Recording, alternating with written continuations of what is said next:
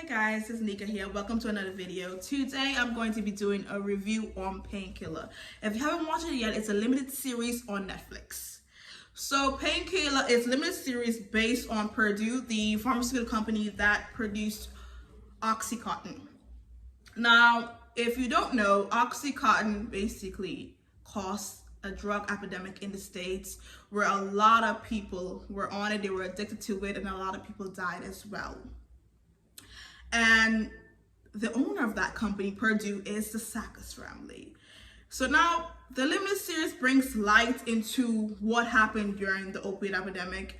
And what I liked about the series that some of the victims' family got a chance to basically share their side of the story of people who lost loved ones. And it's very sad to see that a company like Purdue got away with that, because everyone takes medication, everyone gets prescribed by their doctors medicine, and to see that the doctors prescribe these patients OxyContin when they know the dangers of it and they know the negative effects it had on patients. A lot of the doctors got rich off of this.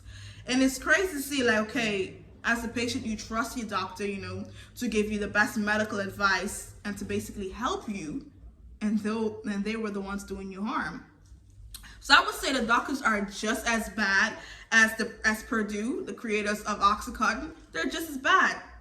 And what pisses me off is that all of this was legal. Yes, you heard it. Yes, all of this was fucking legal. And it's crazy that the Sakis family, the owners of Purdue, got away with this shit.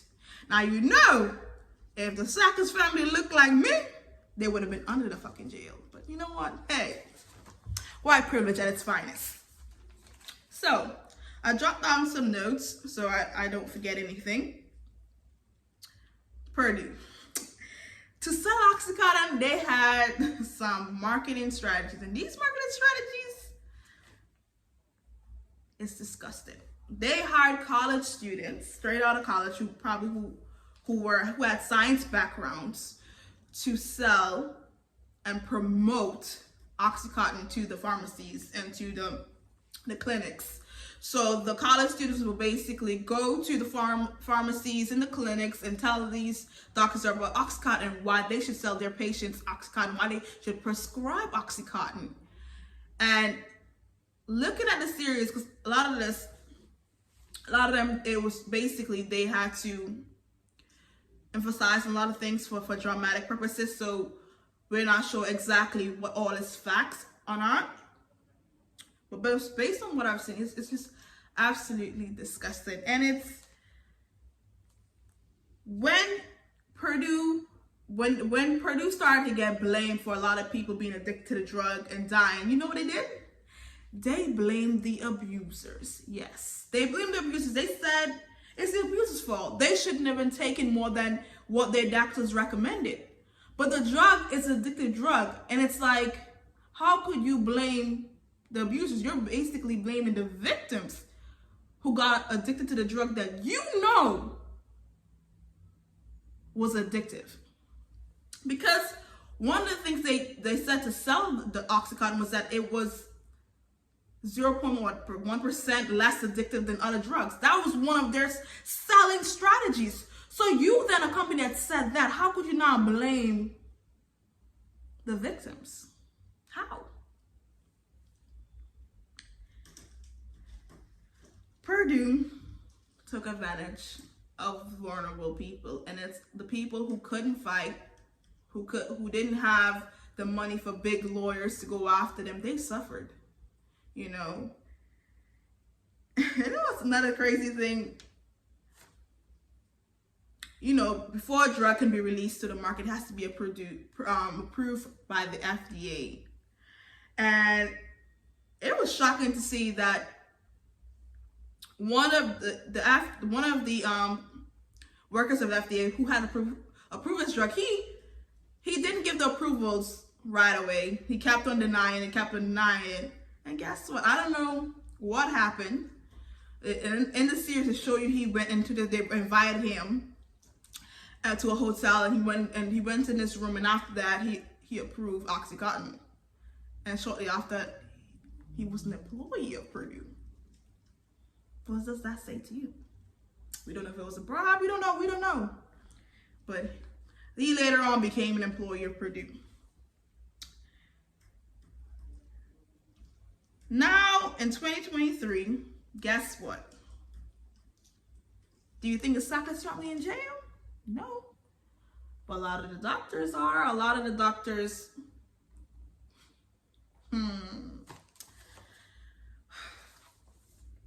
I say this to say,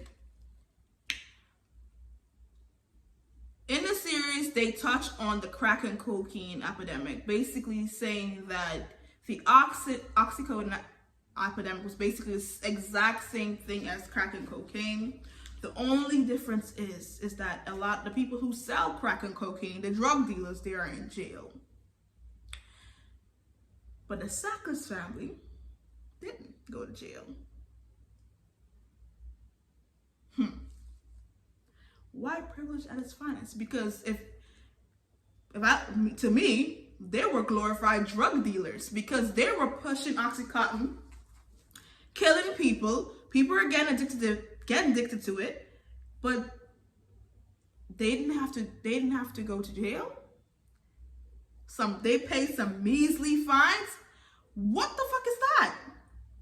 If they look like me, they would have been under the jail.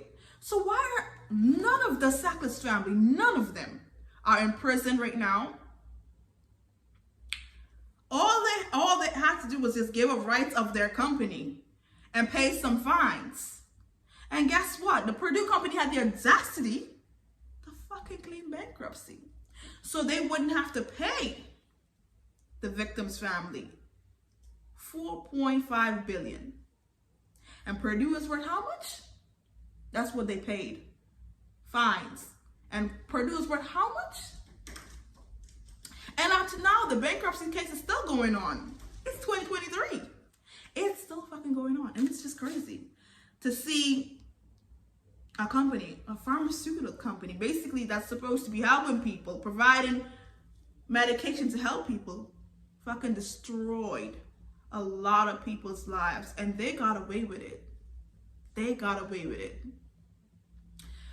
The limited series, when you watch it, a lot of the victims' family got a chance. Well, some of them, because it was not a lot. Some of the victims' family got a chance to basically tell their story of their family members who they lost to the OxyContin epidemic. And it's really sad, because a lot of these victims were very young.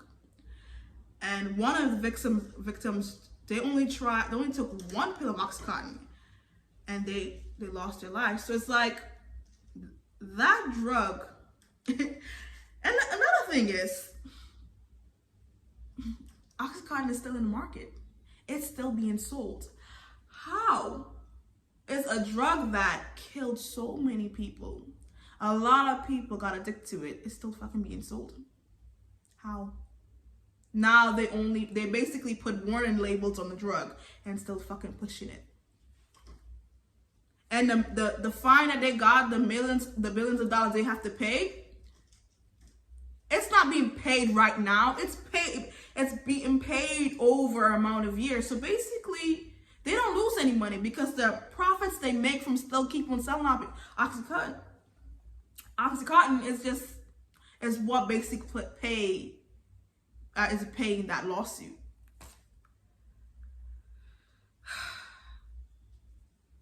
This is some bullshit. Straight up fucking bullshit. How these glorified fucking drug dealers got away with this shit, and they just living in their $1 billion home. All right, cool. We got away with it. The system in the States is a fucking joke, bro. It is.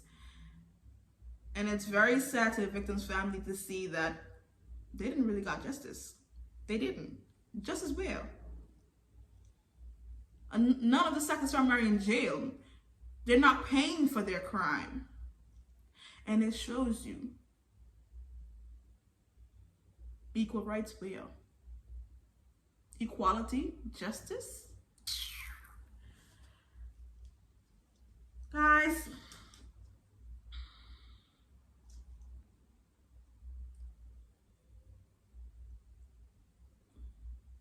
it's just sad, you know.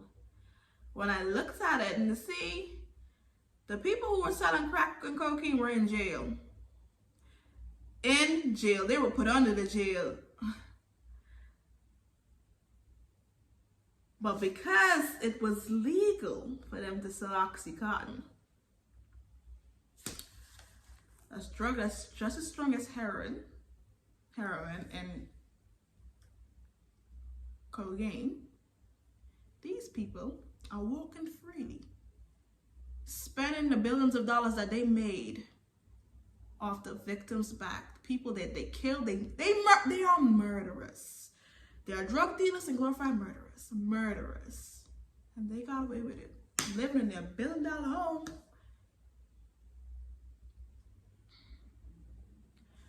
Guys, leave your thoughts in the comments. Let me know what you think. Have you watched Painkiller?